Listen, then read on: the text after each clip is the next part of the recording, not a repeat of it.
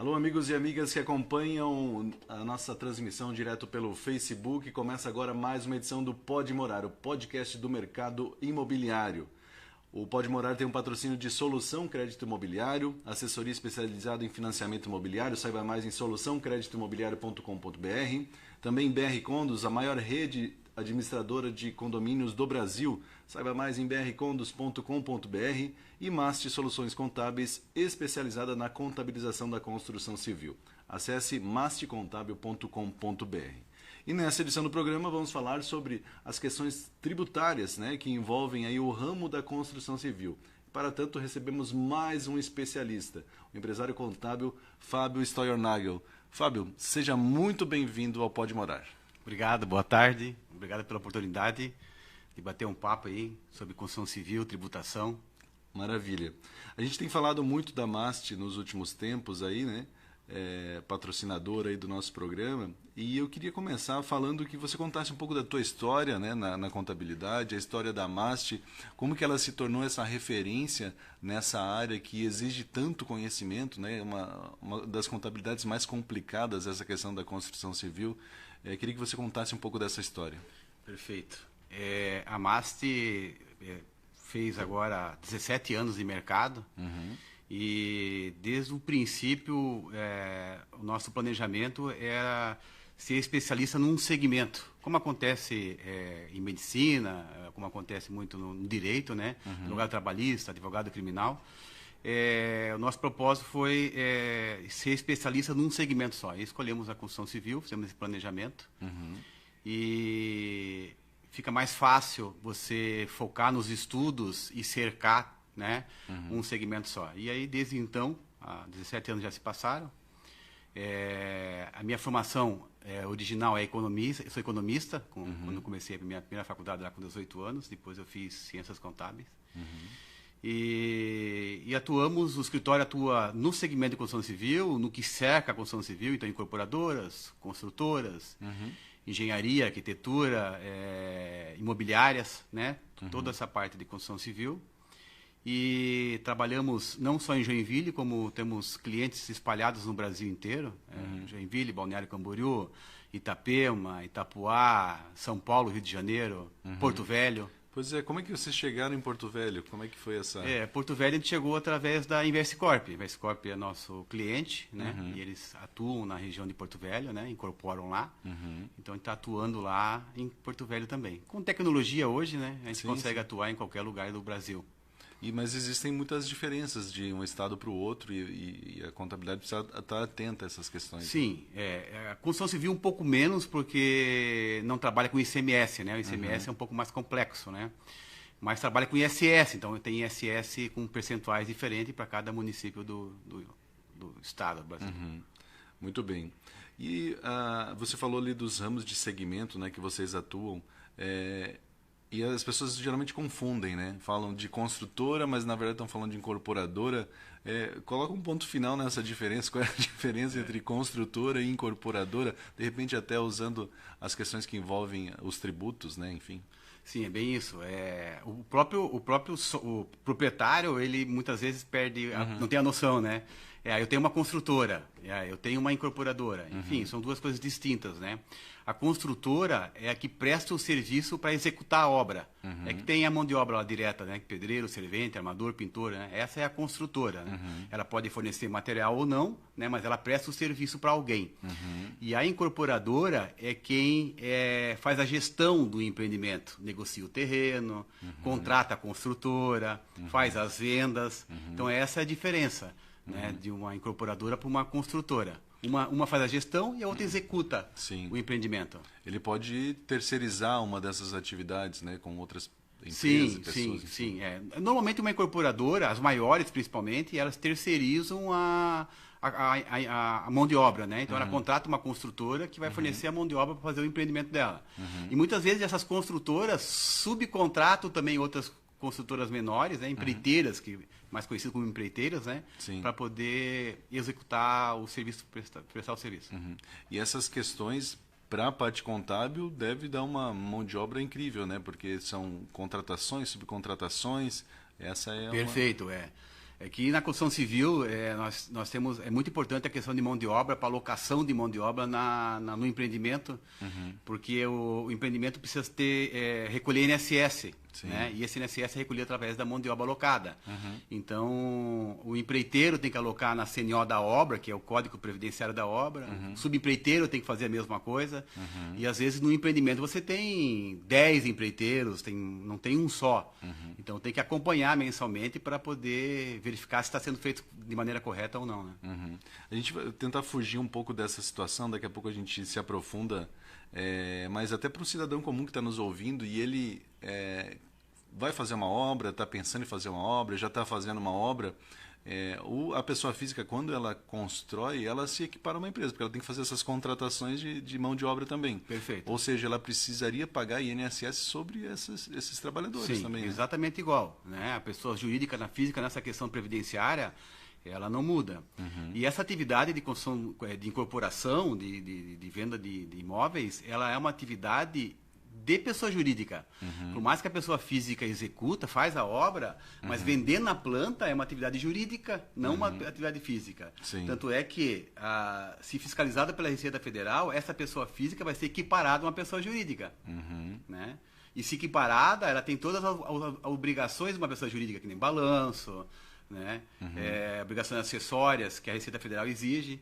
E muitas vezes a pessoa física não tem esse conhecimento e ela constrói, vende na planta, vai fazendo isso e vai criando um passivo durante os anos, né? Então tem que separar. O correto se eu vou vender na planta, abrir uma pessoa jurídica para poder executar o empreendimento. Não que sirva de regra, né? Mas acho que uma forma de alerta, vou chamar assim um cidadão agora que pensa em comprar um imóvel. E aí ele vê um construtor pessoa física que faz essas negociações e tudo mais. Toda essa precaução que ele precisa ter, que você falou que a pessoa física se equipara à jurídica e tudo mais, a pessoa adquirindo o imóvel dessa pessoa física que constrói, ela precisa ter alguns cuidados especiais, porque de repente pode implicar em alguma coisa em relação ao imóvel que ela está comprando, talvez? Que veja bem, a transferência do imóvel no cartório, o registro, o vendedor tem que ter as negativas para poder fazer a transferência desse imóvel, né? Então, se você vai comprar um imóvel de uma pessoa, ou física ou jurídica, que está irregular, você pode ter dificuldade de transferir esse imóvel para você, né? Não que toda pessoa física está irregular, porque eu posso fazer para construir para vender, mas vender a obra pronta. Aí eu estaria dentro da regra, né? O que eu não posso fazer é vender durante o empreendimento, né? Vender na planta, né? Vender uma promessa. Como a incorporadora faz. Como a incorporadora faz. Eu estou vendo uma promessa, né? Então, isso como pessoa física eu não posso fazer, né? Somente como jurídica. Sim. Até falar para as pessoas terem essa noção exata, né? Regra geral, tem algumas mudanças aí na legislação, algumas jurisprudências as pessoas estão questionando um pouco isso, mas regra geral, assim, venda só após a incorporação. E aí, o que consiste exatamente o que significa exatamente essa incorporação e como a pessoa precisa verificar, onde que ela verifica realmente que está nesse status ou não? O empreendimento para vender na planta, ele tem que incorporar. O que é incorporar? É pegar o projeto, né? E levar esse projeto para o registro de imóvel e gravar esse projeto no registro de imóvel. Então, quando você pega um registro de um terreno que está incorporado, vai estar desenhado lá que vai ser feito um empreendimento, nome X, na rua tal, que vão ser tantas unidades, tantos metros quadrados. Então, todo o desenho do empreendimento, né, metragem quadrada, tal, vai estar dentro do registro do imóvel do terreno, né? Então, a incorporadora, para poder vender na planta, ela tem que ter esse registro, sai uma numeração dessa incorporação, para poder vender no mercado, para ter uma segurança jurídica maior para o comprador. Como se fosse uma promessa registrada em cartório. Uma promessa registrada em cartório, perfeito. A questão, acho que previdenciária que a gente está falando, né, da obra em si, ela mudou um pouco. Eu sei que existiam uns termos que falavam de ISO e depois agora falam em CERO. O que aconteceu nessas mudanças? E essas mudanças foram para melhorar ou ficaram mais difíceis para o contador essa parte? Como é que ficou? Então, a obra, quando ela é finalizada, tem a necessidade de tirar a CND previdenciária dela, para pegar a CND previdenciária, levar para o cartório de registro e registrar o empreendimento, né? E a mudança que aconteceu, que era o nome do sistema era DISO e passou para Cero, mudou a questão de bases tributárias, vamos falar dessa maneira. Na época da DISO, para encontrar a mão de obra necessária para o empreendimento, eu tinha uma tabela que exigia um percentual de mão de obra para cada metro quadrado do empreendimento. Por exemplo, um empreendimento de 100 metros quadrados, que seria a primeira faixa, eu teria que ter 4% de mão de obra. Então, eu teria que ter R$4.000 de mão de obra, de folha de pagamento. Né? Um empreendimento com 200 metros quadrados, eu teria que ter, na primeira faixa, que eles chamam 4%, e na segunda 8%. Então, eu tinha uma tabela escalonada de percentuais de INSS, de mão de obra. Com a mudança para o Cero, essa tabela deixou de existir, e a mão de obra exigida no empreendimento é 20% de INSS direto. Né? Então, para me encontrar a mão de obra, eu tenho que aplicar o 20%. Então, ficou mais caro para poder regularizar a obra no final do empreendimento, ou para encontrar a mão de obra necessária para poder tirar a CND no final sem pagar nada. Então, as obras menores, as obras inferiores a 1.000 metros quadrados, elas pagam mais hoje do que estavam pagando anteriormente. E nessa questão acaba implicando diretamente no custo da obra, né? Perfeito, no custo da obra. Né? O construtor, o incorporador, ele tem que somar isso, né, no seu orçamento para entender quanto é que vai custar essa obra, né? E é um valor significativo, não é um valor baixo. Então, ele tem que entender como é que isso funciona, até para poder entender qual é o custo do empreendimento dele de fato, né? E qual que foi a justificativa do governo para fazer essa mudança e criar essa métrica de 20 se antes era menos? Na verdade, foi para facilitar a forma tributária, né? Tem que aplicar uma tabela com vários percentuais e agora ficou mais fácil até para poder oferir a mão de obra necessária, né? Algumas coisas melhoraram. Por exemplo, antes nós tínhamos que pegar o projeto arquitetônico e levar até a Receita Federal, na parte previdenciária, porque existia as áreas de redução. Então, por exemplo, um empreendimento que tem piscina, área de estacionamento, essas áreas elas pagam, tem um percentual menor de mão de obra exigida, mas eu tinha que provar através de um projeto arquitetônico. Olha, eu tenho piscina aqui, eu tenho guarita lá, eu tenho estacionamento coberto aqui, né?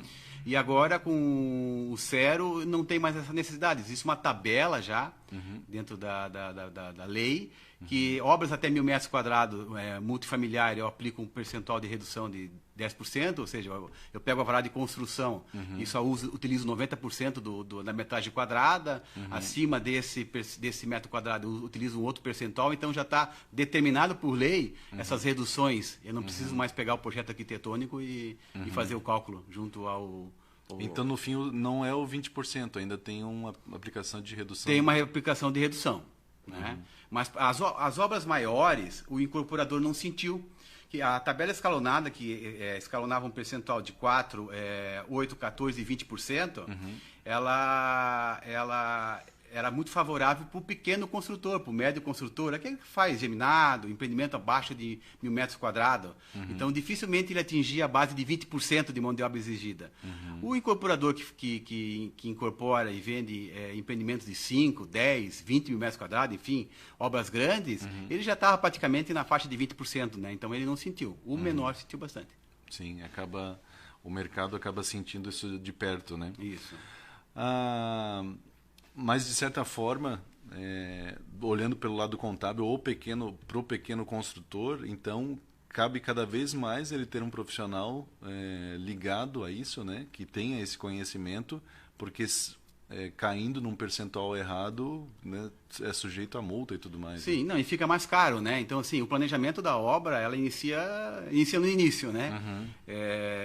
E muitas vezes existe incorporadores, construtores, que não têm esse conhecimento e começam a construir, compor terreno, porque o vizinho comprou terreno, porque o mercado está bom, então, assim, está comprador, eu vou fazer um empreendimento, mas não tem noção de todos esses detalhes do empreendimento, né?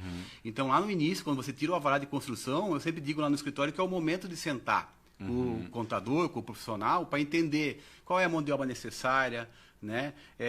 Como é que eu vou contratar o empreiteiro? O que eu tenho que exigir daquele empreiteiro, né? Sim. Eu tenho que exigir nota, eu tenho que exigir o registro do funcionário, eu vou controlar isso no canteiro de obra ou não? Eu posso vender como pessoa física ou não? Eu devo permutar o terreno ou eu vou comprar? Então, todo esse planejamento ele é importante lá no início, né? Para poder tentar reduzir a tributação, né? E no final, lógico que é o propósito ganhar mais dinheiro, né? Ter mais lucro. Porque, de repente, a pessoa está vendo, como você mesmo falou, a questão dos imóveis está bombando, aí as pessoas estão comprando, estão vendendo, enfim. E aí cai nessa situação, eu vi um terreno lá por 300 mil, eu consigo comprar, eu consigo construir, e aí eu consigo vender cada um dos geminados por 300, olha só quanto dinheiro eu posso ganhar. Mas ele não sabe o que implica, então nesse momento tem que buscar os profissionais certos. Perfeito. Nesse momento tem que para poder fazer a composição do custo e até saber por quanto você vai vender, tem que entender todos os custos do empreendimento, né? Que não é só a compra do terreno, não é só o material e mão de obra, né? Então tem a questão da tributação na hora da venda, tem a questão do INSS na hora de regularizar, né? Então tem que entender tudo isso aí para mim fazer a composição do preço do custo, porque muitas vezes eu vou vender por 300, que eu vou ter a minha rentabilidade. Mas será que vai ter essa rentabilidade realmente? Chega no final, eu vendo por 300, eu vou fazer a somatória de todo o meu custo, muitas vezes eu paguei para vender aquele empreendimento. Pois é. Né? Por falta de conhecimento. Exatamente. Se precaver em relação a profissionais aí que têm um conhecimento para que eles também não te coloquem numa situação ruim. Como a construção civil ela tem uns detalhes diferentes dos outros segmentos, né? É importante procurar alguém que entenda do segmento para poder orientar e começar correto já, né? Porque começar errado vai terminar errado, né? Tem muita coisa que a gente não consegue consertar no meio do caminho, né? Sim. Então tem que começar já corretamente.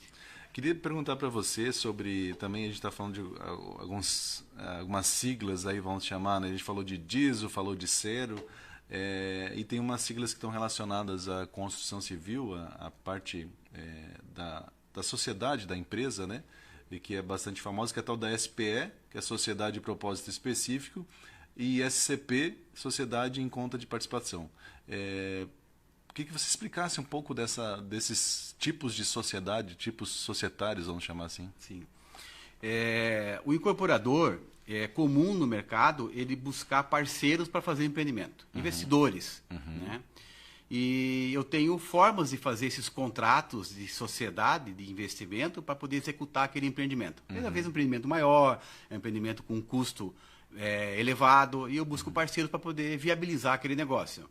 Então, uma incorporadora, ela pode abrir uma SCP, ou seja, como fosse uma filial da incorporadora, onde nesse contrato eu trago o investidor. Então, para uma obra específica? Para uma obra específica. Então, esse investidor não vai fazer parte da minha incorporadora, da minha sociedade, em si, daquele empreendimento, onde a gente vai desenhar qual é o capital que ele vai aportar naquele investimento, né? Para, no final, ele ter o lucro que ele deseja, né? Naquele empreendimento. E ele, no caso da SCP, ele é exclusivamente investidor. Ele não tem responsabilidade nenhuma com a obra, com a parte tributária, com a parte de obrigações com a Receita Federal, né? Com uma eventual parte de uma ação civil contra a incorporadora. Não, ele é simplesmente investidor. Ele investe o dinheiro dele, no final ele pega o dinheiro dele de volta e mais o lucro que ele do empreendimento. Sim. Isso acontece dentro de uma SCP. Então, ela é feita dentro da própria incorporadora, como se fosse uma filial dela. Né? A SPE já é um pouco diferente. A SPE é a propósito específico também, ela é para aquele empreendimento específico. Né? Então, ela tem data para nascer e data para morrer, que é o empreendimento. Né? Só que ela é como se fosse uma empresa limitada. Ela é constituída na junta comercial, né? E eu, como investidor, dentro dessa SPE, eu tenho responsabilidade sobre o percentual que eu tenho na sociedade, como se fosse uma empresa limitada. Então, se eu tenho 50% da SPE, eu sou responsável 50% de tudo. Não sou só um investidor, que nem acontece na SCP. Entendeu? Então, assim, no mercado tem dois tipos de investidor. Tem aquele que quer investir e não quer aparecer, né? Ele quer só investir, não quer ter responsabilidade nenhuma. Aí nesse desenho a gente abre uma SCP amarrada a uma incorporadora, né? E tem outros investidores que eles querem participar do empreendimento, né? E aí a gente vai e parte para uma SPE e abre essa empresa na junta comercial, porque a SCP a gente não abre na junta, a gente abre direto na Receita Federal. Entendi. Só para fins tributários, para fins para provar de onde está vindo o dinheiro, né? Para dizer de quem está investindo naquele empreendimento. E você diria que uma tem mais vantagem em relação à outra? Depende do investidor, depende o tipo de empreendimento, o tipo do desenho de cada empreendimento, né? Então, em termos tributários, as duas são exatamente iguais. O que eu tributo na SCP, eu tributo na SPE. Então, a alocação de mão de obra, a parte previdenciária, é exatamente igual entre uma e entre outra. O que muda justamente é essa questão do investidor participar do empreendimento, ele não ter participação nenhuma, ser só investidor, né? A SPE, ela muitas vezes é exigida por banco. Quando o empreendimento ele vai usar o dinheiro do banco, né, ou um empréstimo para o financiamento da obra, um associativo, ou pegar dinheiro, captar dinheiro em um fundo de investimento, muitas vezes eles exigem que seja uma SPE. Daí é uma questão do planejamento em si do empreendimento. Sim. Mas na questão tributária é exatamente igual. Porque aí se o banco encaminha o dinheiro vai para essa conta específica ali, não vai para a conta da empresa que a empresa pode usar para outra coisa. Perfeito. Que normalmente o banco ele exige que seja uma SPE ou seja separado, segregado e exige patrimônio de afetação. Né? O patrimônio de afetação ele exige que toda a contabilização ela é feita de maneira segregada da incorporadora. Então não se mistura com os outros empreendimentos. Sim. Né? Então eu tenho uma conta corrente específica para essa obra, um estoque, cliente, tudo demonstrado no balanço de forma separada, onde eu consigo enxergar para onde foi o dinheiro que entrou no empreendimento. Então tem uma segurança jurídica bem maior para o banco que está emprestando dinheiro e para o próprio comprador, né? Que consegue entender que a incorporadora está cuidando melhor do dinheiro e não está pegando dinheiro daquele empreendimento e investindo em outra coisa. Né? Ia perguntar isso justamente para quem está, de repente, investindo, né? Eu acredito que ainda deve ter algumas pessoas que não fazem dessa forma como investidor. É um investidor meio oculto, talvez, né? Mas cada vez mais o cerco fica fechando e coisas assim não são difíceis de acontecer. Né? Acontece muito. Você vai construir, eu sou teu amigo e eu vou lá e... não, vamos fazer parceria. Transfiro para tua conta 200 mil, 500 mil, 1 milhão, enfim, para fazer o empreendimento. Só que sem documento nenhum válido, né? E aí chega no final do empreendimento, esse dinheiro até volta para mim, mas ele vai voltar com rentabilidade. E se eu não documento isso, a forma tributária que é tratado isso depois no final pode ser diferente. Como investidor dentro de uma SCP ou dentro de uma SPE, né, de um contrato válido juridicamente, o lucro ele ainda é isento, né, no Brasil. Então eu pego todo esse lucro e não tenho tributação nenhuma. Quando eu empresto um dinheiro ou eu coloco de maneira incorreta, né, que não existe um documento, um contrato feito entre as partes, esse lucro pode ser tratado como uma receita financeira e eu teria que jogar na tabela de imposto de renda e pagar até 27,5%. Né? Então, na hora de investir, também é importante entender para poder investir de maneira correta para não ter a questão tributária. E até diria em relação acho que a transparência da obra, né? Porque a pessoa, como você mesmo falou, vai ter um balanço específico daquele, eu estou aqui e eu vou precisar fazer um muro, vou precisar fazer não sei o quê. Não, mas espera aí. Foi para esse empreendimento mesmo? Não foi para esse?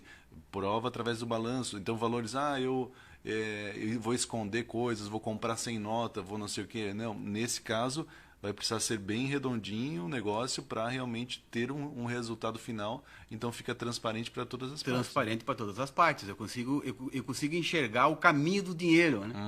Né? Tanto o dinheiro aportado pelo investidor, como o dinheiro que entra através das vendas, né? Então eu consigo saber se aquele dinheiro saiu para outros fins ou não, porque ele é contabilizado de forma segregada, como se fosse uma empresa separada do negócio, né? E quando eu não faço isso e se misturo, a possibilidade de dar errado é bem maior, né?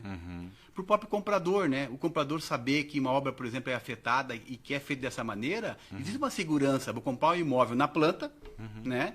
Mas essa empresa faz dessa forma. Isso é bem mais seguro para quem vai comprar um imóvel também. Entendi. Não, eu acredito que a gente só vê vantagens em fazer da forma certa, né? Não tem explicação se arriscar em relação a qualquer outro tipo de investimento que se faça de forma errada, né? Não seguindo a lei, porque Sim.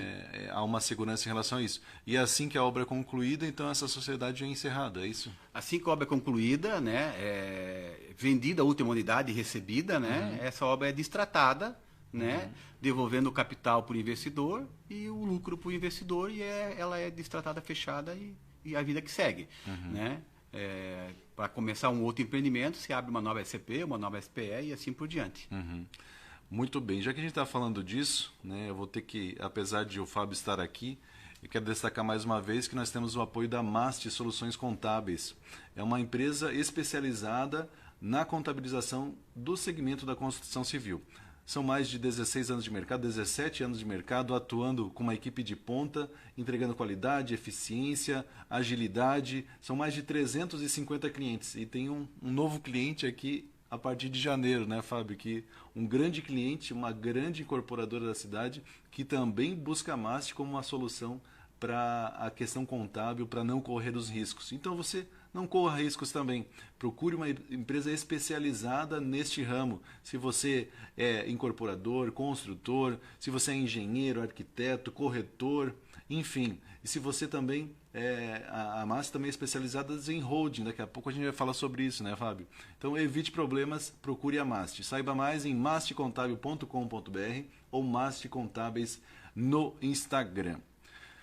Fábio, seguindo o nosso bate-papo aqui, eu acho que está bastante rico em relação aos detalhes, né, e tudo mais. Você falou que a empresa se especializou, você começou a gostar de atuar nesse ramo, nesse segmento, né, diferente, que é a construção civil. Eu te pergunto, contabilizar a construção civil é muito diferente, é mais fácil, é mais difícil ou é igual a qualquer outro segmento? Não, é diferente, é bem diferente. Na construção civil, para tentar explicar de maneira mais fácil, como eu posso vender na planta um empreendimento, né? E de repente eu compro o terreno, negocio o terreno e faço o projeto, incorporo e começo a vender. E aí eu vendi uma unidade, à vista, por exemplo. Só que eu não tenho evolução do custo da obra ainda. Então, contabilmente falando, esse valor que eu recebi não é receita. E se fosse em outro segmento, seria receita, né? Como a obra não evoluiu, esse valor que o cliente pagou por aquele imóvel no início do empreendimento, a gente considera como se fosse um adiantamento do cliente. Então, para fins contábeis, só vai para o resultado da empresa conforme vai evoluindo a obra. Né? Então, se eu tenho uma venda de uma unidade, por exemplo, de R$1 milhão, e a minha obra não começou ainda, isso acontece lá no início do empreendimento, para viabilizar o empreendimento, esse valor não é receita. Conforme eu vou subindo a minha obra, executando a minha obra, mensalmente a gente vai medindo o empreendimento. Então, o empreendimento esse mês fechou com 10%. Eu pego 10% desse valor e levo para o resultado. Entendi. Então tem todo esse trabalho, a gente chama de POC isso, né? Que é o percentual de evolução da obra. A gente vai levando para o resultado conforme a obra vai evoluindo. De todas as vendas vai o mesmo De todas percentual. as vendas. A mesma coisa acontece com os custos, né? Eu só vou levando os custos para o resultado das minhas vendas feitas conforme eu vou evoluindo o empreendimento. É uma coisa muito cheia de detalhes, né? Porque muitas vezes há diferenças de preços, né, que acontecem, então Sim. precisa ter uma atenção. E tem que pensar, nós temos que pensar com duas cabeças, por exemplo, cabeça fiscal, que é da Receita Federal, e a cabeça societária, que é a questão do balanço. Sim. Para a Receita Federal, o dinheiro que entra é tributado, né? Contabilmente não, porque para nós ainda contabilmente não é receita. Então são duas formas de pensar dentro do mesmo balanço, né? Que é a questão fiscal, tributária, e a questão societária do balanço. Então eu evoluo os meus resultados conforme o percentual da evolução da obra para a questão de balanço, e para a Receita Federal eu tributo conforme entra o dinheiro na conta corrente. São duas coisas separadas. Caramba.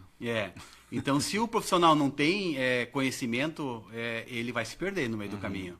Eu imagino que deva surgir muitos, principalmente incorporadores, pessoas que trabalham nessa área da construção, que chegam lá na sua empresa e com dificuldade de planejar o negócio dele propriamente, né? Sim. Como eu falei anteriormente, a obra tem que ser planejada desde o seu princípio, né? E nem sempre, por exemplo, vou fazer um investimento onde eu vou fazer uma negociação com o terrenista e aí eu não tenho noção de que forma eu posso fazer. Se eu vou permutar, se eu vou trazer o terrenista como investidor, se eu vou comprar do terrenista para pagar lá no futuro, conforme vai evoluindo as minhas vendas. Eu tenho que entender desses processos, porque muitas vezes eu posso fazer um negócio e prejudicar o próprio dono do terreno, por exemplo. Né? Comprou um terreno lá há 20 anos atrás, pagou o terreno um valor de 50 mil, hoje o terreno vale R$1 milhão. Se eu comprava de ganho de capital, eu vou fazer com que o terrenista pague muito imposto. Será que não vale a pena eu trazer ele como sócio do empreendimento, para ele pagar menos imposto? Será que vale a pena eu permutar com ele? Né? Também, porque o negócio tem que ser bom para todos os participantes do empreendimento. Né? Então, normalmente, é comum o construtor chegar no escritório e ele está meio perdido como é que ele vai fazer, como é que eu vou viabilizar esse negócio, né? Ou muitas vezes já começou o empreendimento e já fez errado, né? Então já está errado, né? Aquele empreendimento não tem muito mais o que fazer, né? Só planejar o próximo empreendimento. Então é muito importante entender nessa questão societária, nessa questão tributária, entender se eu posso trazer ele como investidor ou não. E isso tudo acontece para viabilizar o empreendimento. Agora você falando desse jeito em relação ao proprietário do terreno, né? Se ele vai fazer uma permuta, se ele vai comprar, vai vender, enfim. Eu acho que até o próprio proprietário, hoje é muito comum, né? As pessoas usarem os seus... eu já tenho uma casinha, não consigo reformar ela, vou fazer um negócio com uma construtora, com uma incorporadora, vou derrubar e eles vão me dar uma unidade aqui dos geminados que forem construídos. Eu diria que nesse momento talvez até esse proprietário desse imóvel procure um contador especializado para que também não caia nessas situações ruins, né? Perfeito. Lá no escritório é comum, como é contador também de imobiliárias, né, que é no segmento, é comum as imobiliárias, principalmente nos negócios maiores, chamar alguém da minha equipe para poder ajudar a desenhar aquela venda, né? Se vai vender, se vai permutar, se vai comprar, para poder ajudar o cliente dela, que é o dono do terreno, que é o dono dessa casinha que vai ser derrubada, e ele vai pegar como permuta uma cobertura, ou uma unidade, uma parte em dinheiro, né? Então nossas imobiliárias já estão acostumadas a chamar alguém da equipe para poder analisar essa situação. Mas é importante que a pessoa física, proprietária desse terreno, dessa casa, busque sim uma ajuda de um especialista na área contábil que entenda da área de construção civil, porque nem sempre aquele modo de fazer é o melhor, né? Eu vou dar um exemplo. Se eu tenho um terreno que eu comprei há 20 anos atrás e vou vender ele agora, eu vou pagar um ganho de capital bem menor, porque quanto mais antigo é a minha aquisição, menos eu pago de imposto de renda. Né? Só que se eu pegar esse terreno e permutar por uma unidade, essa unidade vai entrar para mim como pessoa física pelo mesmo custo que eu paguei o terreno lá atrás. Então, por exemplo, eu comprei um terreno por R$50 mil há 20 anos atrás. E eu pego esse terreno e permuto com a construtora por uma unidade. Essa unidade, que seja a cobertura, vai vir para mim por R$50 mil o meu imposto de renda. Quando eu vender essa cobertura, a data que ela entrou para mim é a data atual, não é a data que eu tinha do terreno lá atrás. Sim. Né? Eu vou pagar um ganho de capital gigante. Né? Qual é o percentual que se paga? 15%. Sobre o lucro, E quanto mais velha a minha aquisição, eu acabo... Não é que o percentual diminui. O sistema ele me dá uma valorização do imóvel dentro do sistema do ganho de capital. Mas vamos falar dessa maneira para entender melhor. Se eu comprar um imóvel esse ano e vender esse ano, eu pago 15% de imposto de renda sobre o lucro. Se eu comprar imóvel 2 anos atrás e vender agora, vou pagar 14% e assim por dentro. Quanto mais velha a aquisição do meu imóvel, menos vou pagar de imposto de renda. Então, nem sempre a permuta é melhor. Nem sempre a compra e venda é melhor. Né? Depende do que ele vai fazer com o imóvel depois. Depende do que ele vai fazer. Se ele vai ficar com o imóvel para morar, não tem problema, vai ficar para morar. Se ficar com o imóvel para alugar, né? Agora, se ele ficar com o imóvel para vender já em seguida, tem que repensar muitas vezes, porque na hora de ele vender, ele vai pagar um ganho de capital bem significativo. É uma situação bem complicada que acho que exige... difícil para as pessoas comuns entenderem, né? E acho que nesse momento um profissional precisa estar bem atento em relação a isso. E até, como você mesmo falou, os corretores de imóveis, que muitos assistem o podcast, eu acho que eles precisam também ter um pouco dessa orientação, né? Para que eu possa explicar para o cliente de repente já vem com a visão, eu quero fazer uma permuta, eu quero não sei o quê. Não, calma, não é bem assim, pode te prejudicar, pode ser que tu pague muito imposto, né? É bem isso. As imobiliárias que são clientes do escritório, é comum a cada período a gente marca um treinamento para os corretores, né? Para falar sobre ganho de capital, falar sobre tributação na venda. Porque o corretor, ele tem que entender, não profundamente que nem um contador, acho que não faz sentido, né? Mas ele tem que ter uma noção de como é que isso funciona para poder orientar o cliente dele, para dar uma assessoria melhor para o cliente dele, né? Então, nas nossas imobiliárias, a gente faz um trabalho de capacitação para que o corretor tenha um pouco mais de conhecimento que facilite ele na hora da venda, né? E também as vendas que são maiores, que ele tem um pouco de dificuldade, o pessoal acaba ligando para o escritório para a gente orientar a cada venda. Continuando falando dos termos aí que envolvem contabilidade, construção civil, tem outros 2 termos que eu gostaria que você falasse um pouco. Um deles é que você já falou um pouco sobre patrimônio de afetação, né? E o outro é a tal da RET. Eu queria que você falasse um pouco desses termos aí também.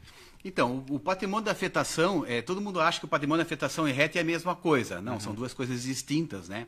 Para mim ter o regime especial de tributação dentro de uma incorporadora, eu tenho que ter o patrimônio da afetação.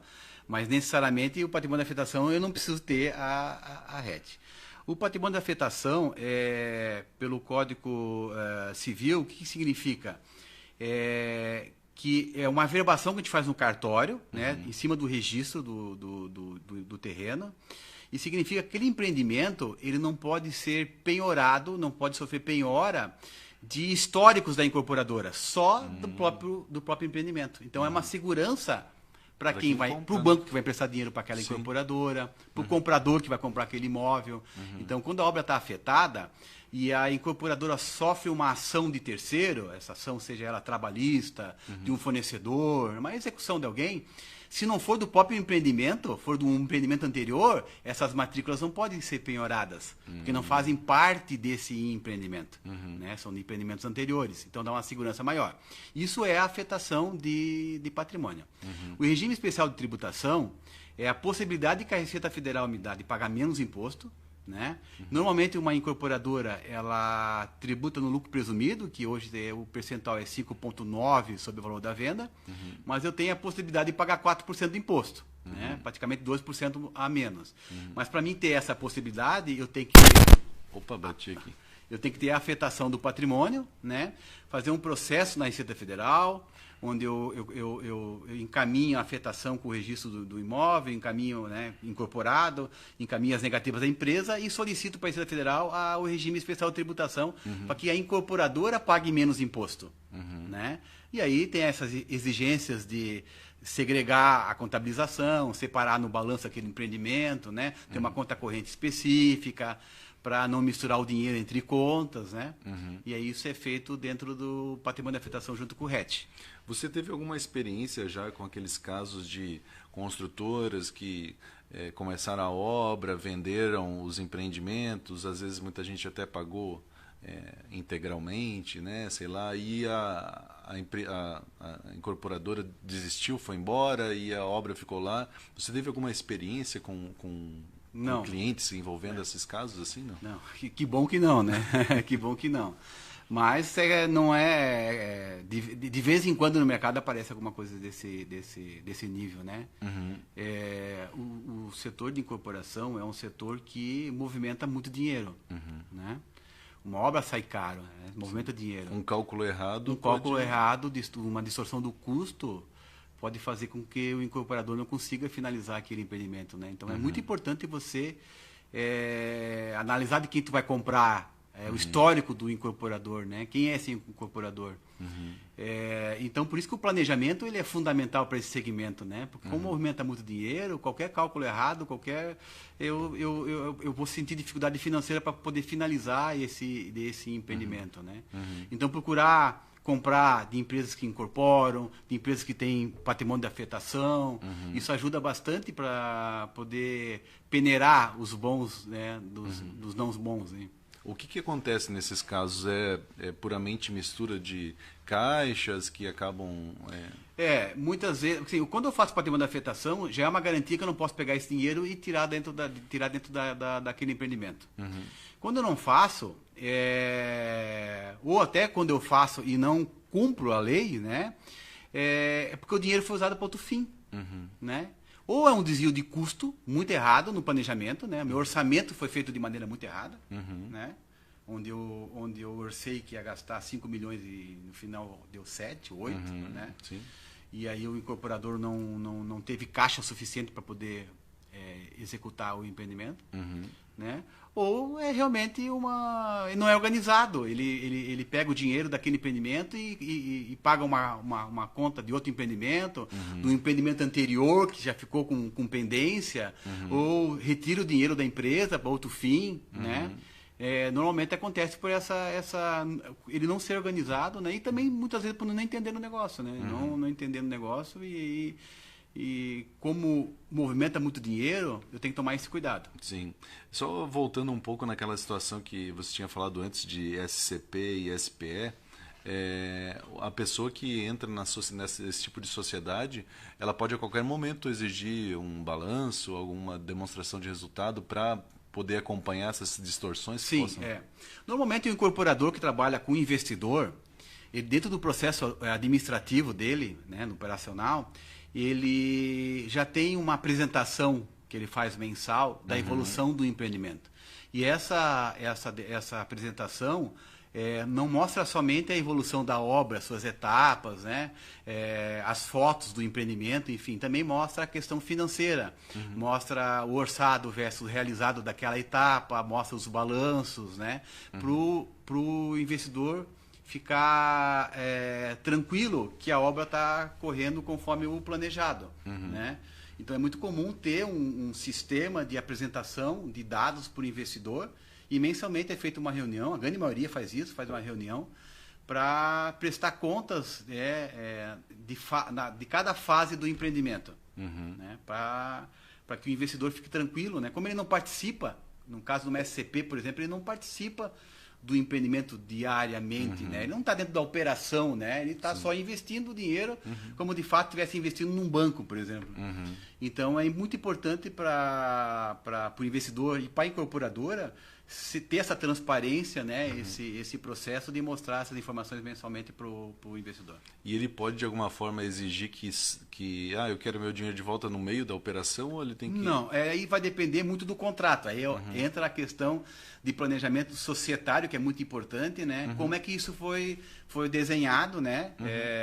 Nas cláusulas do contrato, para saber de que forma ele pode sair, que momento ele pode sair, né? Se de repente ele vê algum tipo de distorção, ele diz, não, eu quero sair que não estou... Perfeito, né? E de que maneira vai ser devolvido esse capital para ele, né? Se é de imediato, ou é parcelado, ou é só depois no final do empreendimento, né?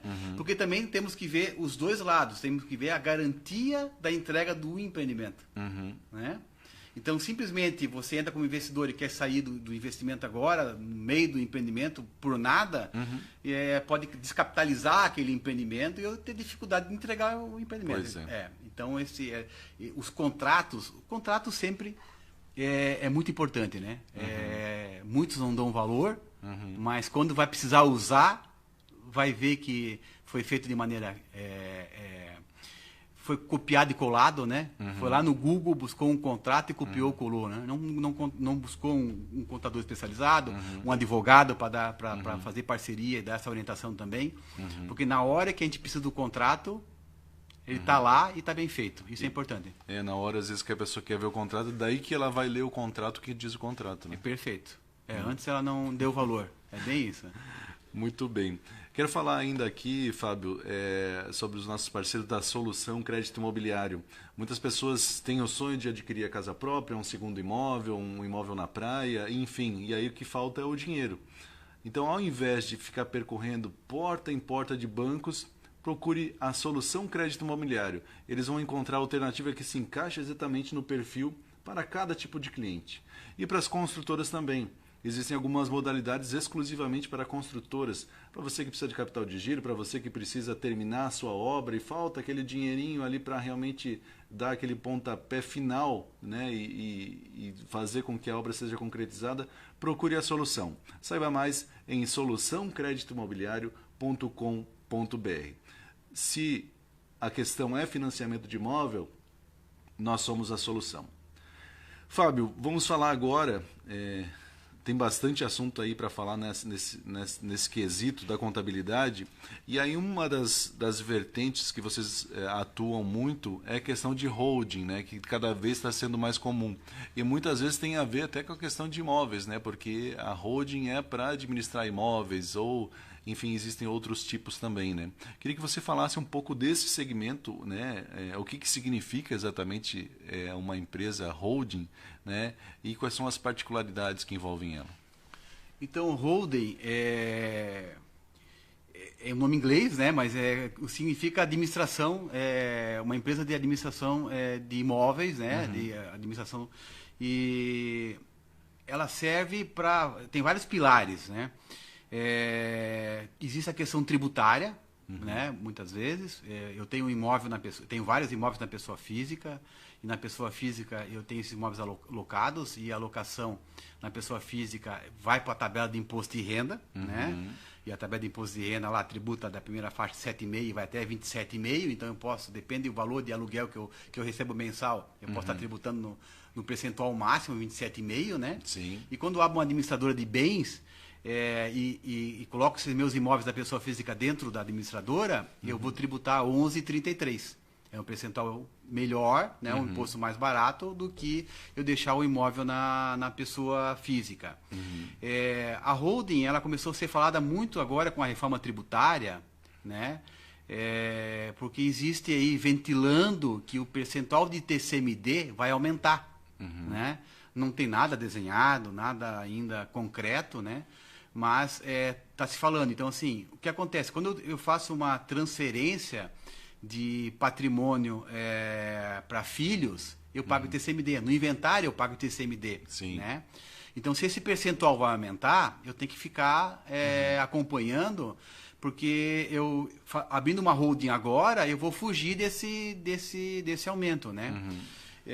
Então, assim, a holding, nós temos vários tipos de holding. Temos a holding voltada para o imobiliário, que é essa questão de locação, né? Ou até mesmo de uma compra e venda de algum imóvel, que eu vou tributar também com um percentual menor dentro da pessoa jurídica, né? Tem a questão da holding societária, que eu abro uma holding para poder participar em investimento em outras sociedades, né? E o legal da holding é que, primeiro, que eu tiro o patrimônio da minha pessoa física, eu meio que organizo o meu patrimônio, né? Dentro de uma administradora de bens, busco a tributação menor, né? E dentro dela mesmo eu faço a questão sucessória do meu empreendimento ou da minha própria empresa, né? Então eu já desenho agora a transferência das cotas dessa administradora de bens, sendo ela imobiliária ou sendo ela de participação, ou mista, né? Porque às vezes eu tenho mista, tenho de participação e de imóveis numa só.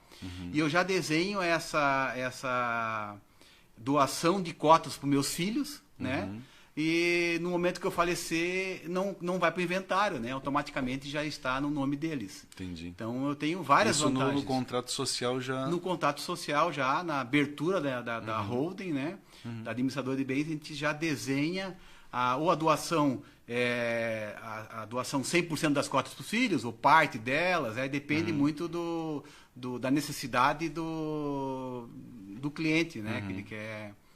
A grosso modo, então, hoje, um imposto de transmissão de bens ali, ITCMD, né? Paga quanto? Pode chegar a 8%. Né? Santa Catarina pode chegar a 8%. E aí, se está numa holding, faz essa transferência via contrato ali, não tem um custo, então? O ITCMD vai pagar de qualquer maneira, tanto dentro da holding ou fora da holding no inventário. Tá? Mas aí temos que pensar da seguinte maneira. Primeiro, no inventário, além do ITCMD, eu vou ter todo o gasto jurídico com advogado para fazer inventário e tal, então tem um gasto bem maior. Segundo, o imóvel hoje ele tem um valor de mercado. O imóvel daqui a 20 anos, quando eu falecer, tem outro valor de mercado. Então, o ITCMD hoje é numa base, o ITCMD daqui a um período vai ser em outra base. Né? Então, e muitas vezes, por exemplo, uma holding societária, se eu desenhar ela de maneira correta, a minha empresa não para. Por que ela não para? Porque eu já desenhei a sucessão. Se eu falecer, automaticamente já está desenhado que vai para o meu filho, ou para os meus filhos. E ela não pode parar, porque a empresa não pode parar, tem que continuar. Né? E muitas vezes eu não faço esse desenho, o processo para todo no meio do caminho. Eu tenho que fazer inventário. Enquanto o inventário não sai, as coisas ficam paradas. Né? Então, é muito mais barato e mais organizado eu abrir uma holding, colocar o meu patrimônio dentro dela, né? já desenhar os percentuais de doação que eu vou fazer para os meus filhos, para que eu não tenha problema lá na frente. Sim. Né? E que não cause também, às vezes, uma briga familiar por essas questões, porque já fica definido. Já fica definido, perfeito. Né?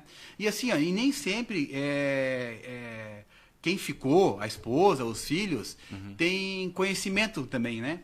Muitas vezes os bens, a empresa, ela foi tocada a vida inteira pelo pai, né? E a esposa, lógico, ela faz parte de todo o negócio, né? Só que ela não está no dia a dia da operação da empresa, e muitas vezes nem o filho está na operação, né? Então, se tu não desenhar isso, no final, por falta de conhecimento, muitas vezes, e também não vão ser assessorados de maneira correta, eles podem se prejudicar lá na frente. Então, agora tu já desenha tudo, já deixa tudo desenhado, para que no futuro nada aconteça, né? Exatamente. Você falou também sobre as atuações de outros na contabilidade ali, né? Sobre, por exemplo, engenheiros, arquitetos, né, que fazem parte dos segmentos que você atua, mas eles normalmente têm empresa ou eles são mais profissionais liberais, autônomos? Então, arquiteto e engenheiro, né? Arquiteto, engenheiro, médico, digamos assim, né? O segmento desse segmento de profissional liberal, né? Existe um misto de profissionais, uns que têm PJ já, que abriram uma empresa, outros que ainda trabalham de forma autônoma, mas trabalhar de forma autônoma é o mais caro da tributação. Né? Eu vou para a tabela de imposto de renda, vou pagar 27,5%. Né? Eu vou ter que pagar INSS de 11% sobre o meu rendimento. A pessoa que me contrata, o tomador de serviço, vai ter que recolher 20% de INSS patronal, dessa minha nota avulsa que eu vou pegar na prefeitura, né? Ou desse meu RPA, desse meu recibo de pagamento de autônomo. Então, ficar de forma com pessoa física autônoma é a parte mais cara da tributação, tanto para quem contrata como para quem presta o serviço. Né? O caminho melhor é abrir uma pessoa jurídica. Sim. E dentro desse segmento de arquitetura e engenharia, é um segmento que pode ser enquadrado no Simples Nacional. Né? Que é uma tributação mais leve do que lucro presumido e lucro real. Só que dentro do Simples Nacional, nós temos várias tabelas de tributação. Eu tenho uma tabela para serviço, tenho uma tabela para para comércio, eu tenho uma tabela para indústria, cada tabela tem um percentual de imposto a ser tributado. E para o engenheiro e arquiteto, existe dentro da lei um negócio chamado fator ER. O que é fator ER? Se eu conseguir que a minha folha de pagamento da minha empresa fique num percentual de 28% sobre a minha receita da empresa, eu consigo pagar menos imposto. O Prolabore, você disse? Exatamente. Ou o Prolabore ou a folha de pagamento, se eu tiver alguma secretária, algum funcionário na minha equipe, né? Não só a sua, né? Não só a minha, Então, se eu conseguir ter esse 28% da minha folha de pagamento sobre a minha receita, em vez de tributar num percentual maior, a primeira faixa do anexo 5, que é para esse segmento, acho que é 17%, quase 18%. Eu consegui fazer a relação de 28%, a primeira faixa do anexo melhor, o mais barato, eu vou pagar 6%. Mas o 28% é uma média, é o máximo, é o mínimo? Não, é uma média, né? Então, assim, um exemplo. Eu tenho uma média de receita na minha empresa de R$10.000. Eu teria que ter uma média de folha de pagamento de R$2.800. Certo. Né? Então, brincar com esses números é importante. Eu não tenho funcionário, mas eu posso aumentar meu Prolabore mês que vem. Né? Eu posso diminuir, eu posso aumentar. Né? A retirada do sócio não tem que ser igual todos os meses. E com isso eu consigo... Mas isso é folha de pagamento, folha de pagamento. Não é distribuição de lucro. Não é distribuição de lucro, é folha de pagamento, justamente. E aí eu posso, mas de qualquer maneira eu posso aumentar o valor que eu vou retirar através de folha de pagamento do sócio, né? E ficar no percentual de 28% e cair numa tabela que é mais vantajosa para o arquiteto e para o engenheiro. Como a gente falou agora há pouco, os corretores de imóveis, eles conseguiriam algo semelhante também, não? Não, o corretor de imóvel, ele não entra nesse anexo. O corretor que tem PJ... Ele já está no anexo mais leve, que é o anexo 3, né? Então ele não tem esse fator R, né? Que é o fator de folha de pagamento versus receita. Anexo 3, qual é o percentual de imposto? Começa no 6%, a primeira faixa, né? Que vai até 180 mil no ano, e depois os percentuais vão que dá 15 mil por mês, e depois esses percentuais vão aumentando.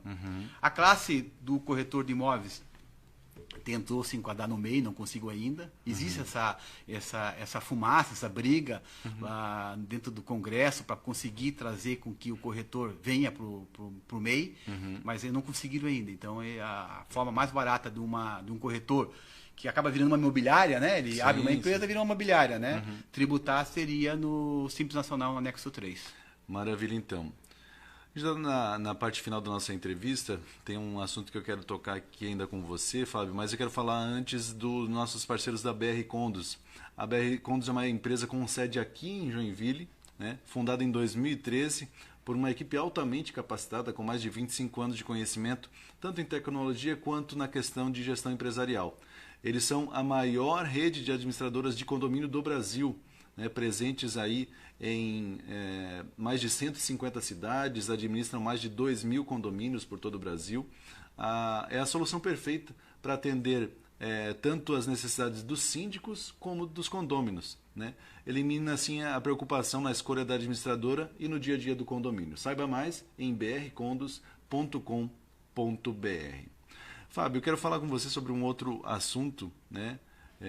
Que está bem, foge um pouco do que a gente está conversando agora, que você está atualmente como presidente de uma associação, a ACCA, Associação Catarinense de Construtores e Afins.